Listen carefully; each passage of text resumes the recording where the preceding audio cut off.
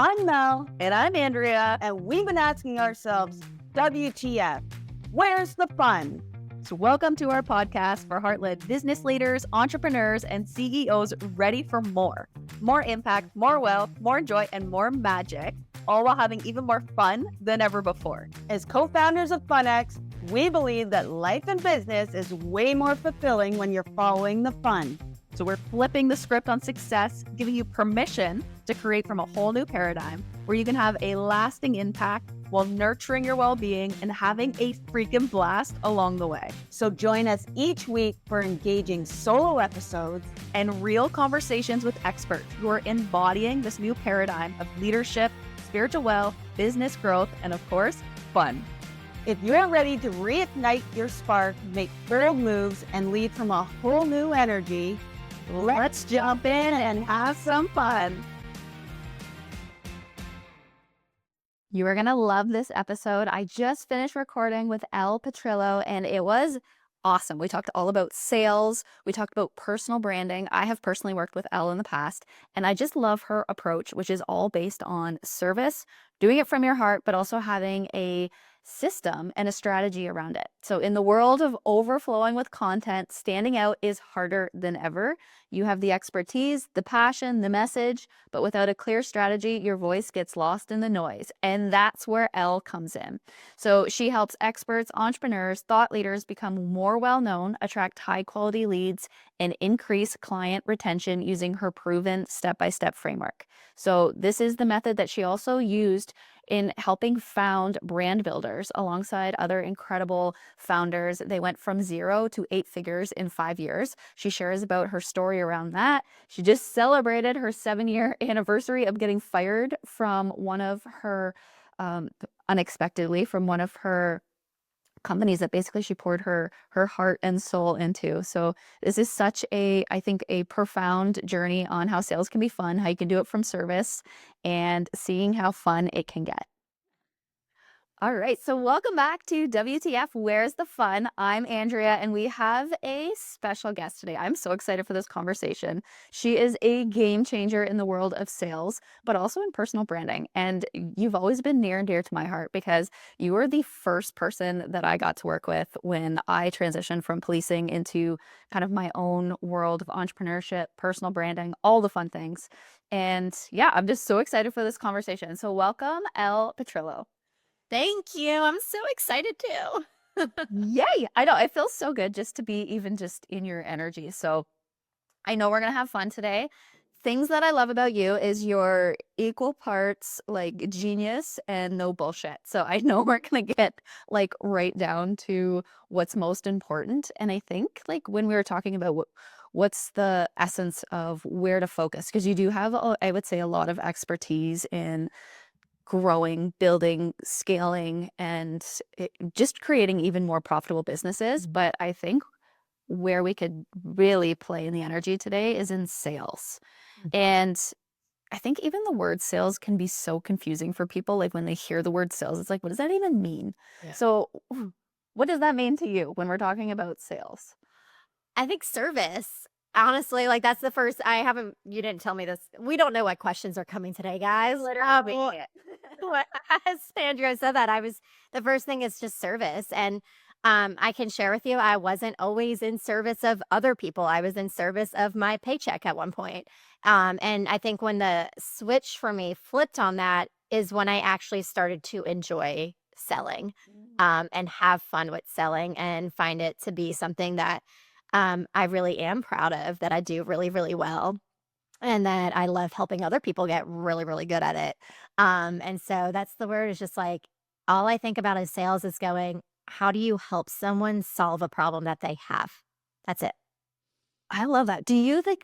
What do you think came first, or was it simultaneously? Like you started to enjoy the sales and then you flipped more into service, or you flipped into service and then you started to enjoy sales, or did it kind of happen? Like was there a pivotal moment? I flipped into service and I started to enjoy more sales. I think when, and I don't know if we're going to bring this up, but like yesterday literally was the 7-year anniversary of getting fired from a company that I was like dedicated my whole life to. And it was a hardcore sales company where my experience there was like my worth and my identity was completely tied into my production. And so the more you sold, the more value you had as a person is how I felt there, right? And I didn't realize that at the time. That didn't come to me until like unpacking it after getting fired. And then when we started Brand Builders Group, we were just, it was like literally we had nothing and we threw something out there, launched it on a podcast and had thousands of leads. And I was on 10 to 12 back-to-back sales calls 5 days a week, doing calls on weekends and just like talking to people. And it was, I could have either easily gotten burned out where I'm literally making, I went from a very healthy 6-figure income to zero overnight and going, I need to make money. But if I am getting on every single sales call with what I need, this is going to be a really long, long, long journey and day and weeks. And so I just started going, okay, well, I'm talking to people about their dreams. I'm talking to them about personal brand. None of this is that serious, right? Like your dream is serious, but like if I could just get on these calls and hear about people's stories and what they want to do with their lives and treat them like a friend and figure out, does this make sense or not for them? I knew it was going to work out better. And so I just started going like, I'm just going to make friends today. And I'm just going to have cool conversations and I'm going to hear cool stories. And some of them will work with us and some of them won't, but it's all going to work out. And that just took the pressure off. And, you know, it's like I did cut expenses and I was bartending and I was bringing in money and other things just so I didn't have the pressure of every call had to close or else like I couldn't pay my rent. I think that's huge because there's an energy around if you're putting this pressure, like if you need a sale, like everybody can feel that, including Yeah. yourself. Yeah. And then, okay, so you went from literally zero to now it's an 8-figure company. We built an 8-figure business in about 5 years. So, which is, and this is why again, like, I think when you mentioned there's so many things that I'm expert at, I think really where my expertise is strategy. And going, how do you scale and how do you put systems in place that work for you? Because what one system works for one business doesn't necessarily work for your business. And figuring out like what actually needs to happen that's going to move the needle for your business today. And luckily, you know, my business partners are people that have built businesses before where we were together at another company and we knew how to sell and we knew how to scale sales. So that helped immensely with it.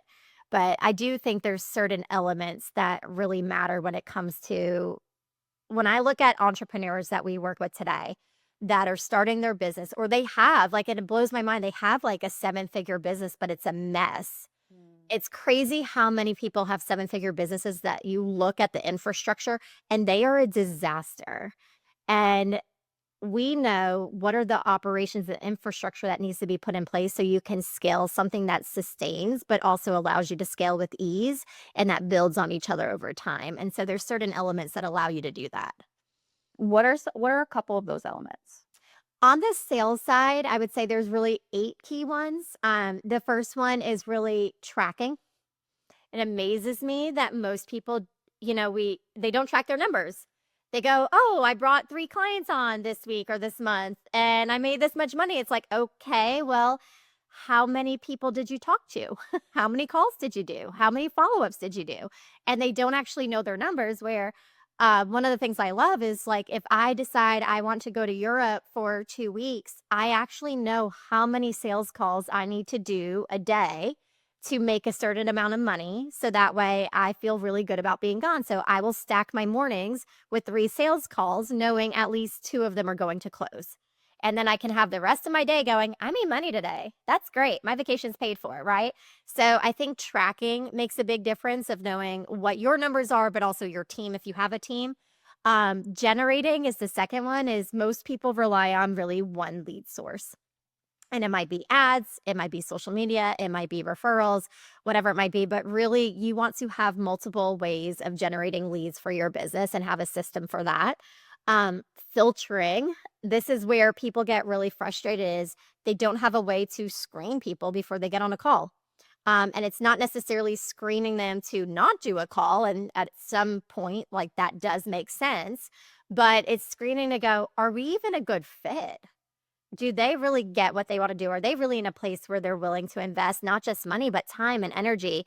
So having some sort of screening process so that way you are attracting the people that are a good fit for you. Nurturing is one of the other big ones that, oh my gosh, people make their lives so much harder by not having automated nurture sequences built into their sales process. Everything from when you have someone interested to someone who's saying, I want a call, to leading up to the call, till after the call, right? It's like you do this sales call with someone and then you have a follow up call. And on the follow up call, you're answering the same question over and over and over. And it's like, well, you could have built that into the post call sequence and then you wouldn't have to have the same conversation. So there's all this, or other people are like, okay, I talked to all these leads. I have all these leads in my system. They're not doing anything with it. And so you want to have a process in place to nurture them. Closing. So understanding like where the close actually happens is not on the sales call. That is part of it, right? But it starts from the very first interaction they have with you, which goes back to these nurture sequences, because every time they click on a nurture sequence and they engage with it or an email, they're saying, yes, I'm interested. You are trial closing them from the beginning. Cross-selling. This is something we say at Brand Builders Group a lot, but the most affordable the most expensive customer you could find is the one you don't have. And the most affordable one is the one you already have. And so if you think about how many people are always looking for, how do I find more people to bring in versus how do I serve the people I already have deeper? So how do you expand on those relationships and cross-sell? Number 7 is referring. So people go, oh, I get referrals all the time. It's like, no, you don't. No, you don't. You passively have people who say things, but you're not actively asking. And that's something we do, again, really well is we've turned our clients into our sales force where, there is a very lucrative referral program for them where we kind of call it get your BBG for free. But it's really how do you drive referrals as another way of one of the lead generators that you have. And then number 8 is promoting. The number one reason why people buy or what influences their buying decision are testimonials. And most people do not put time and energy into collecting testimonials. And then they go, I don't even know what questions to ask to get a good testimonial. And one of the biggest things I would encourage is if you don't have testimonials and you don't know what to get, start with what are the biggest objections that people have when they decide to work or decide not to work with you, or what are the biggest hangups they have when it comes to making a decision, and then get testimonials that are focused on those things to allow someone else to do the selling for you.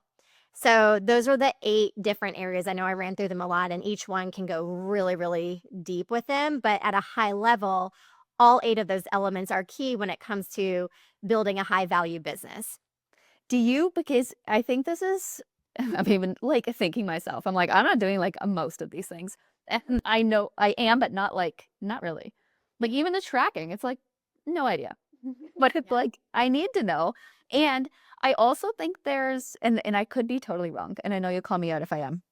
I also think there's a season of getting clear, getting your shit figured out so that then you can then, like, I'm even thinking when I first started to work with you guys, and this is so not even similar to what you were just saying, but I know in terms of the framework, and you have, there's a methodical system and a framework that BBG brings you through where, like, even socials, for example, it's like, I remember Rory Vaden, he's like, I'm not even going on socials right now because I'm working on like 4 steps before that. But then when he did, like, he was ready to rock and roll.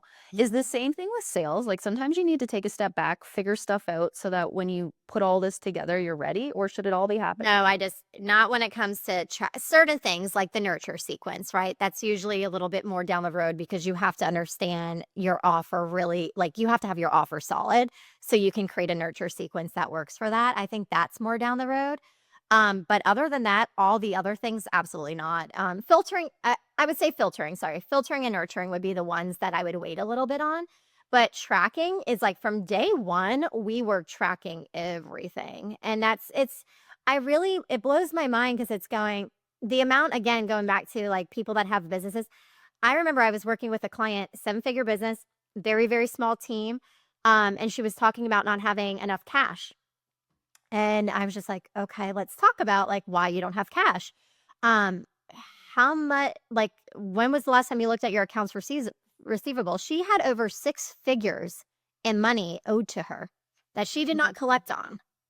And it's going, I'm sorry, what? Right? And that's common.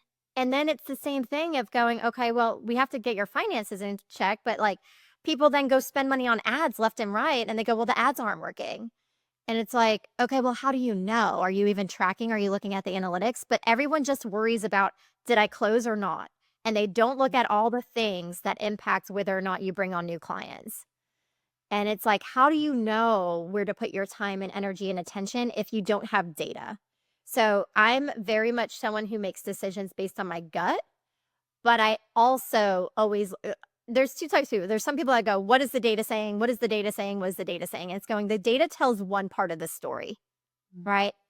And then you have to look at the gut of going, what actually do I believe to be true? What do I know in my gut? And then it's also going, well, what are the things that are impacting this that allow the numbers? Because if you just look at the numbers, you're going to make really, in my opinion, skewed, poor decisions. You have to kind of dive into them a little bit deeper and go, okay, well, why are leads low right now? What is marketing doing? What did we turn off? What did we start doing? Did we stop doing X, Y, and Z, right? So all of that plays into each other. But no, I highly, like, I am convicted everyone should track from day one. Everyone should have multiple ways to generate leads from day one. Everyone should know, like, closing does not start and, like, how can you impact closing from day one? Cross-selling, absolutely. Referrals, promoting, all of that since day one, like, you have to have a process for. And I think this goes to what you're saying too, like before, it's like you have to find joy in this. And I think kind of there is an old school outdated approach to, yeah, if we're just looking at numbers, if we're just focusing on like just the system, it's like, well, maybe that's not fun. But if the reason you're doing those things is because you want to help people through service and through impact, is like that makes it more fun. So it's almost like if you want to help people, if you want to have an impact, it's gonna come down to, are you figuring this stuff out? Well, the promoting and the testimonials part is really fun because that's where you hear things that excite you and motivate you and you want to share, and it makes you feel really good of going, oh shoot, like the work I do actually makes a difference. And so, and then you can speak with even more conviction and confidence when you are promoting or you are having conversations with people, because you go, I'm like, no, I didn't make this up. This is what this person is saying, right? Like, I don't say that I am X, Y, and Z. Everyone else says it. Now I believe it. Yeah, like it almost like builds that confidence up a little bit. And then I can go and say, no, like on a sales call, this is the right decision. Here's why. Everything you said is exactly what we do. And so it just allows you to speak from a place of like just authority, I guess you would say. But yeah, it's sales. Like if you could just remove the, like, reframe sales of going, this isn't about convincing someone to do something they don't want to do. It's really just about identifying they have an issue, you have a process. Is it the right process for them? If so, like, let's move forward. And if not, that's cool. I like that. That's simple. That makes sense to me. Today's episode of WTF, Where's the Fun, is sponsored by The Fun Experience, a curated mastermind for established business owners, entrepreneurs, and CEOs ready for more. More magic, more joy, more wealth, and more fun than ever before. So if you're ready for a peer-to-peer mastermind that's helping you to embody more leadership, more impact, and make bold moves, The Fun Experience is where it's at. I had I don't want to say a mentor who taught it differently, but I think there was an old school approach to like it, and she's like in her like almost mid 60s. So it's like, I think there was an approach back then where it's like, you kind of have to like convince people in a certain way, where I really don't think people, one, the people who are like me do not resonate with that. And then on the other side, it's like, I don't want to be sold that way either. Yeah. I mean, here I am in my opinion, a phenomenal salesperson. I can twist any conversation. In fact, I have had ex-boyfriends tell me it's really hard to argue with me and it's really annoying because I know how to ask. Yeah, like I know how to ask the question to get the answer that I want to get, right? Not healthy. I don't do that anymore. But I would say I had such strong sales training that it's like I knew all the closes. I knew how to answer objections. I knew how to ask the question. I knew how to manipulate like someone I used to work with used to call it positive manipulation. I'm like, I don't know if that's really a thing, but okay. Like I was young, I bought into it. And then now I'm going, yes, I can. But when you actually come from a place of service and you structure your conversations the right way, you don't have to do any of that stuff. You don't have to truly overcome objections. You don't have to hardcore close. You don't have to twist any of the conversation if you structure it the right way. And so when I started coming from like a service first, service centered mindset, and I started coming from like, hey, let's just have a really open conversation. Yes, this conversation has a structure that takes someone psychologically through it the way they need to go through it in order to make the right decision. And yes, there's times where I put my coaching hat on where I'm going, you're scared. Let's talk about the fear. But like when you can just show up and have a really open conversation, it closes almost itself. You still have to ask for the business. You still have to ask for the credit card, right? But it's more natural versus going like, I feel like I don't know. The way I was taught, I'm grateful for because it gave me a huge understanding of sales and sales psychology. However, it never felt good. It felt icky. It felt like I was competing. It felt like I had to win the conversation. And now it's just like, I think the people can just feel the genuine, like care and, Yeah. you know. And I think that's what it is. It's like if people feel safe, it's like, why wouldn't you want to work with someone when you feel safe? Because that's when you're going to be more creative, innovative. You're going to move forward faster. Well, the other thing too is you get better clients. And listen, the last thing I want to do is get on a freaking customer service call with anyone and try to convince them to say because I oversold and overpromised, right? And so I think it's in everyone's best interest and it saves you time and energy and money as a business owner and as a salesperson is if you were actually making sure that you're selling the right way and selling the right people. And if they're not a good fit, it's okay to say you're not a good fit, right? Because what happens if you sell them and they're not a good fit, you're going to have a hell lot of headaches. You're going to have to do refunds. You're going to have to do reputation management, right? Because if they get pissed off enough and they go online or start telling people about it, right? Like there's so many negatives to forcing a sale than there are positives. And then, there's only positives when you do it from like the service centered heart. Is there like and I'm assuming like maybe like each business is different, but is there like a certain structure that you recommend for sales conversations? To me, it doesn't matter what business you're in. They're all the same way, right? So we actually teach this at Brand Builders Group in our pressure-free persuasion sales curriculum, but it's called Do It Now. However, do you want me to go through like a very high level? Yeah. Got it? Okay. So does not matter what business you have, who you are. This is really more if you're doing sales calls, right? To me, sales calls are typically 45 minutes to an hour, depending on the price point, really. The first 2-3 minutes, you're just shooting the breeze. Like, where are you from? Like, all the things, right? Like, how are you? Just very small. My favorite question to ask there is, what made you want to do this call today? Just give me a background. What made you want to do it? What made you want to talk today, right? That gives me a gauge. Then from there, you go into, we call it Do It Now, but it's like the discovery conversation, fact finder, needs analysis. Every industry calls it something different, but you're basically identifying what is the need that they have. And so you start with, hey, tell me where you're at and what you want, right? Like what is your, what's your dream here, right? What is it that you really want? What are you going after? What are your goals? What are you working on?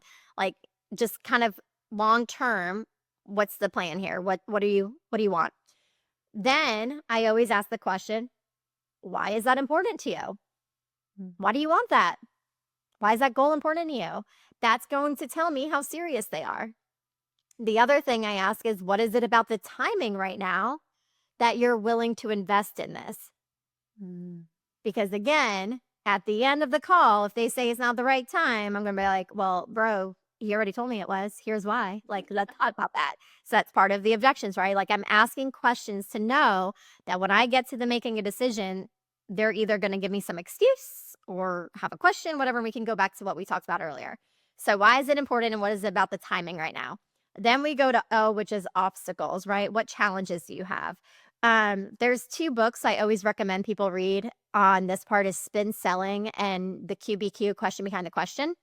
A lot of people stay to surface level here. They just go, what do you need help with? What are you looking for? What challenges do you have?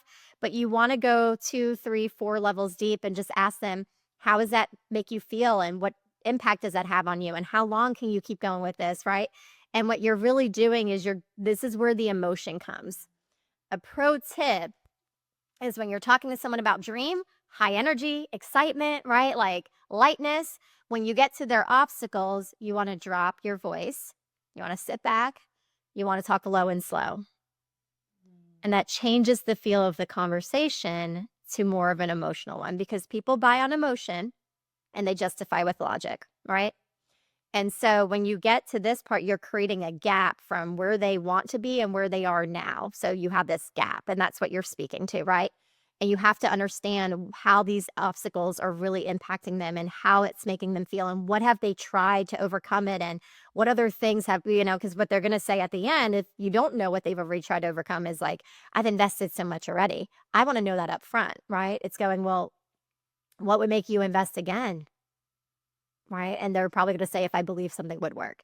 Then you go to I, which is more of a transitional statement of if I could show you a way to help you overcome what you just said and help you get what you want, is that something you'd be seriously open to considering, right? Something along the lines of that. There's different ways to phrase that question. Then you go to teach. Teach is your process. It's not your offer. So for us, it's our brand builders group journey. You're walking them through your methodology and your process of how you're going to help them solve their problem. If you do not have this tight, if you do not have this dialed in, if you do not have a visual, people, you're going to lose them. They want to see the journey. They want to see what you're going to take them through. They want to believe that you know what you're doing and that you actually have a system to help them. The other thing is if people believe you understand their problem, they're going to also believe you have a solution. And so you have to take time here. So the D and the O and the I, that part is typically about 15 to 20 minutes. You do not want to exceed 20 minutes. The teach, again, high level energy, showing them. Another pro tip is when you're going through the process, you want to tie in specific things of what they said they want with your process or challenges that they have. So for example, at Brand Builders Group, we work with a lot of people who want to speak, right? And so as I'm going through our journey, I talk through, hey, this is where we get really clear on what you're going to speak about. This is where we create your keynote with you. This is where we teach you what needs to go in your speaker one page and how to do a demo video and da-da-da-da. And you know how you mentioned you don't know how to get on stage? This is where we show you exactly what to say to get on stage, right? So I'm tying in the things that they said they want and their struggle with our process as I'm explaining it so they can connect the dots, right? Then after we go through teach, do it now. Numbers is the next thing is where you're helping them calculate the ROI for them of the investment. This is more complicated. I'm not going to get into this right now, but some people go, well, I don't have a direct ROI. It could be an ROI of time, energy, money they already invested, peace of mind, right? A great sleep sleep better at night, all those things. There is always an ROI. It's not always a financial ROI, but it is an ROI in other areas of their life that you have to help them calculate and understand.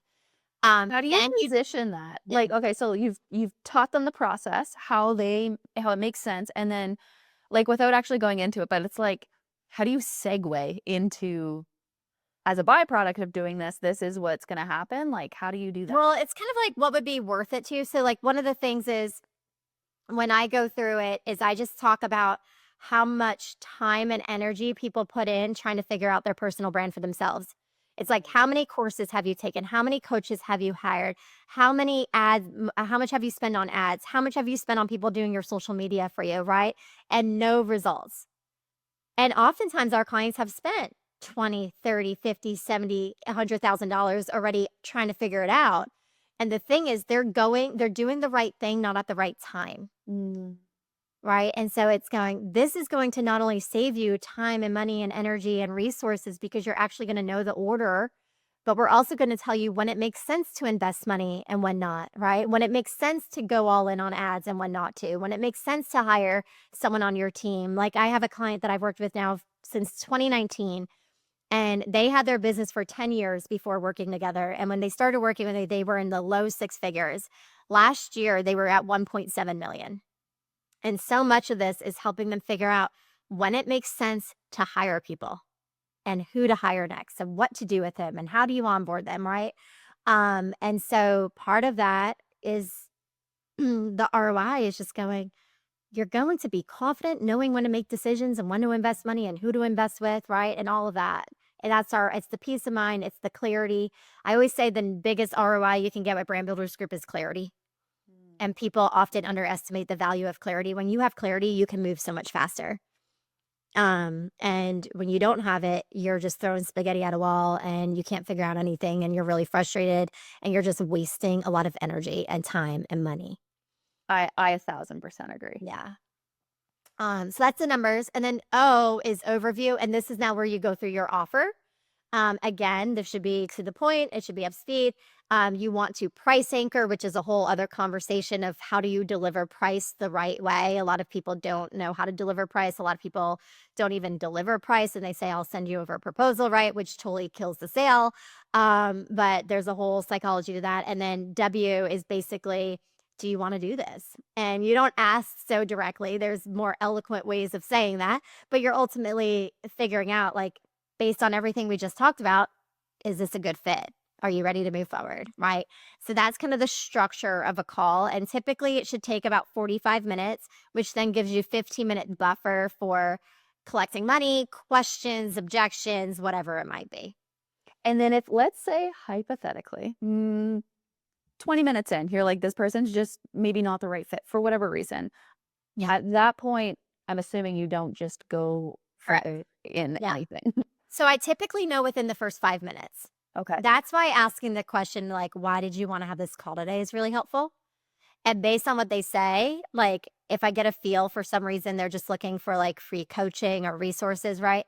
Say, hey, are you looking, just based on what you said, are you looking to invest in like a program and a coach right now? Or are you just looking for free resources? And if they say free resources, this is why we have an entire page on our website called free resources. So we can not just get off the phone with someone without giving them anything. It's directing them to that and say, hey, why don't you start here? There's a lot of great things here. Let me show you how to find it. And then typically too, if you're feeling that way, they feel that way. And so if you bring it up, it actually feels better to them. It's like, hey, I'm just getting the vibe that this probably isn't really what you're looking for. Am I reading this right? Like, cool. Like, I totally get it. I totally understand. And if I do have a recommendation for someone else or another thing that I think would be a good fit, I will share it with them. And if not, I'm just like, hey, I just totally appreciate your time and your honesty. And like, it was so good to meet you. Yeah. I love that. Yeah. Like, they don't want to be on a call that they don't want. No, that's it's like nobody wants to waste their time on. No. Okay. So that's, and I love that. Like, it's simple. I'm sure there's some practice that needs to go in. The more times you do it. Yeah. That's the thing. Like, sales is really simple. And so it just like, and it doesn't change. And it drives me crazy. I go online and see like all these people teaching these like fancy techniques. And I'm like, you don't need to do any of that. Like, just keep it really simple. And if you do the same thing every time, like, it will work. But you also have to, there are nuances, right? Like, you have to be really convicted in your offer. You have to be really convicted in the price is a good deal. And you have to like dive in deep into what they need. And one of the biggest mistakes people make on calls is that they put their coaching hat on and not their sales hat. And so they want to show what they can do, prove that they're awesome, like get a win for them. And then if they do, then that person would be like, oh, this is awesome. I'm going to sign up. But really what that person is doing is going, I just got so much good stuff on that call. Like, I'm going to implement that. Yeah. I'm going to wait to invest. So let's say you go through this process and they are genuinely a good fit and they're like, yes, I'm in. Is the next step just to get them to sign? Like what do you do next? Is that the next step? I collect money. So it's going to be like, great. You agree this is a good fit. Awesome. Did you want to, and we have a monthly option or a pay in full option. They're both 12-month agreements. It's just more financially easier for people to pay monthly sometimes. And if they pay in full, they get 2 months free. And so basically I just go, do you want to pay in full or do you want to do the monthly payments? And then they say, and I go, great, let me get some information from you. And I take their, say, what's the best billing address for you, right? Phone number is the email I have this. Awesome. Okay. And then did you want to use a Visa, MasterCard, American Express, or Discover? And then what if somebody's like, I think I want to do it, but I need to think about it? Or Yeah, let's talk about that. What do you need to think about? and I remember this was me. This was years ago. And we had the same conversation. One, I wanted to talk to Mel about it. And then we had another call. I had a call with Mel. Yeah, I remember I it. call with Mel because I'm like, she's going to be the biggest barrier. You get her sold. I'm like, I'm in. But then it came down to, it's like, I wanted to do it. And I actually needed you to call me out on my bullshit of just being scared of actually committing to myself. So sales hat and coaching hat. This is something I got really clear on a couple of years ago. You put your coaching hat on for objections. Mm. Too many people come to objections with the sales hat, and then it feels like this manipulation, I guess. They're like, this, I'm being sold. You put your coaching hat with objections of going, let's talk about it. What's holding you back? And you help them, you ask questions to get, it's same thing. Like, people will sell themselves if you know to ask the right questions. And if they go, I don't know, I'm going, well, are you scared? Could it be fear? And if you ask with curiosity, like, this is something I learned through years of my own coaching and therapy, is I forget, like, oh my gosh, Tara Dalami, I don't know if I'm saying her last name right, literally changed my life. She was a coach I had. She's a therapist. And it was like, anytime you're upset, there was like a few steps, but the first step was you always lead with curiosity. Why am I feeling this way? Well, where's that coming from? Well, right? And I've taken that and I've applied that to sales calls and team and leadership of just getting really curious of like, what's going on here? The second thing, and then I forget everything else after that, was compassion. So you lead with curiosity and compassion. And if you could do that for yourself and you can do that for other people, the conversations are so much better. And so it's like, it's normal to be scared. It is a big investment. You're betting on yourself. Like, this might lead to nothing. That is all true, right? But do you believe in yourself that if you had the right tools and the right people and the right process, that you would be better off in a year than you are today doing this on your own? And if the answer is yes, do it. And if it's no, don't. Yeah. And I think that's the other part about having these conversations is, as the salesperson, you have to be really disconnected from their response. They are not going to, like, if they say no, they're not saying no to you. They're not saying no to your process. They're saying no to themselves.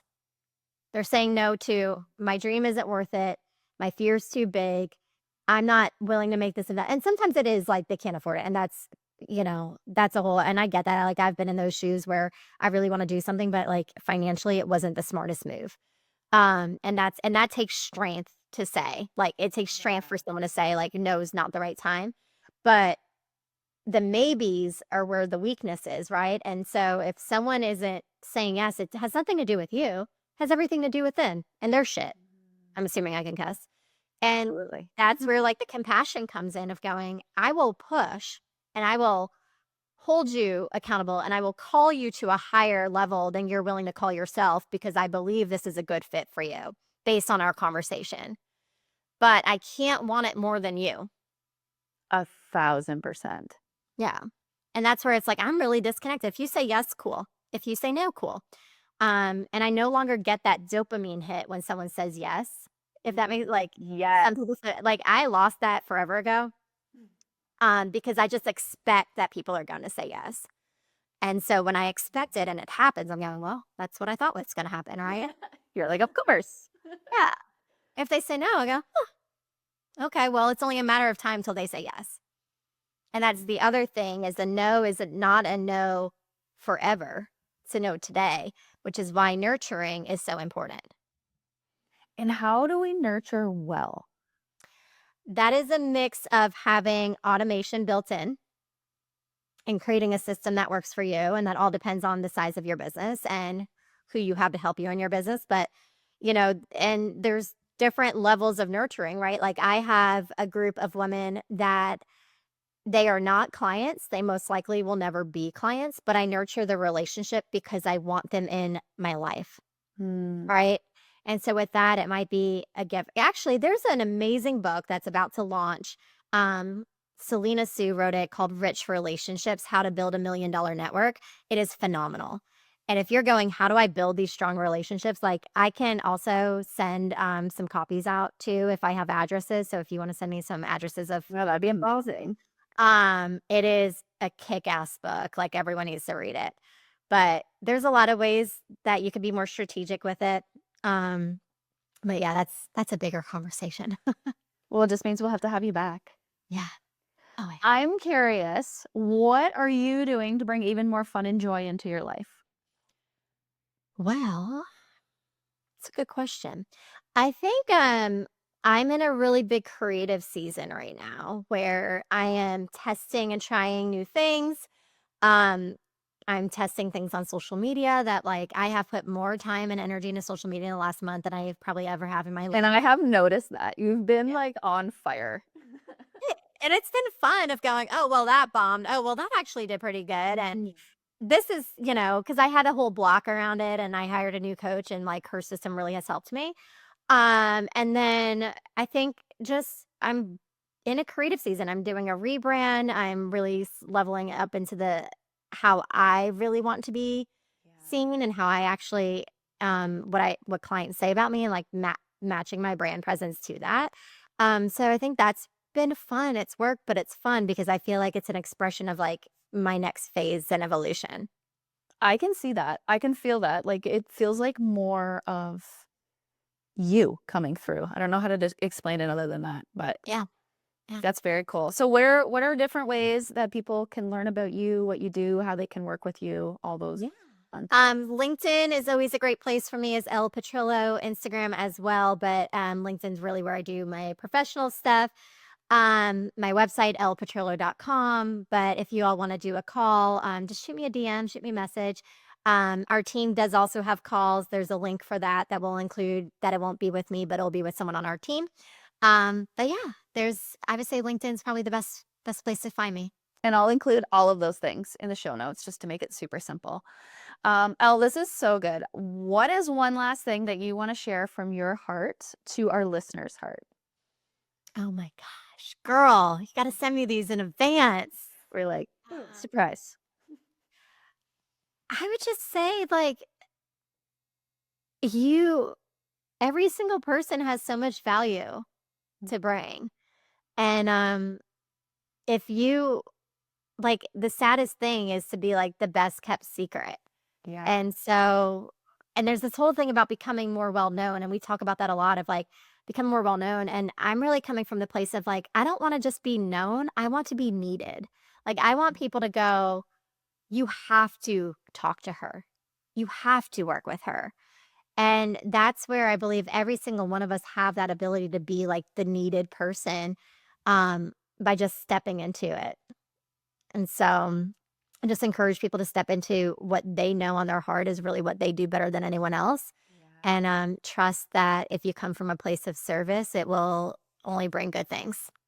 It's so good. I feel like I need you more in my life now, Elle. Now. I know. I missed it. I was so excited. I know. This is so good. Well, some sad notes on it here. I know. She was sad too. I feel like it just means we'll have to have you back on. Yeah, always happy. Awesome. Thank you so much. You always bring so much value, so much love. Appreciate So you. grateful. Thanks for listening to WTF. Where's the fun? We're Andrea and Mel, and we're so excited to be on this journey with you to see how fun it can get. If today's episode brought a little bit more fun into your world, be sure to subscribe, share with a friend, and leave us a review. And remember, life and business is so much better when you're following the fun. So let's have some fun.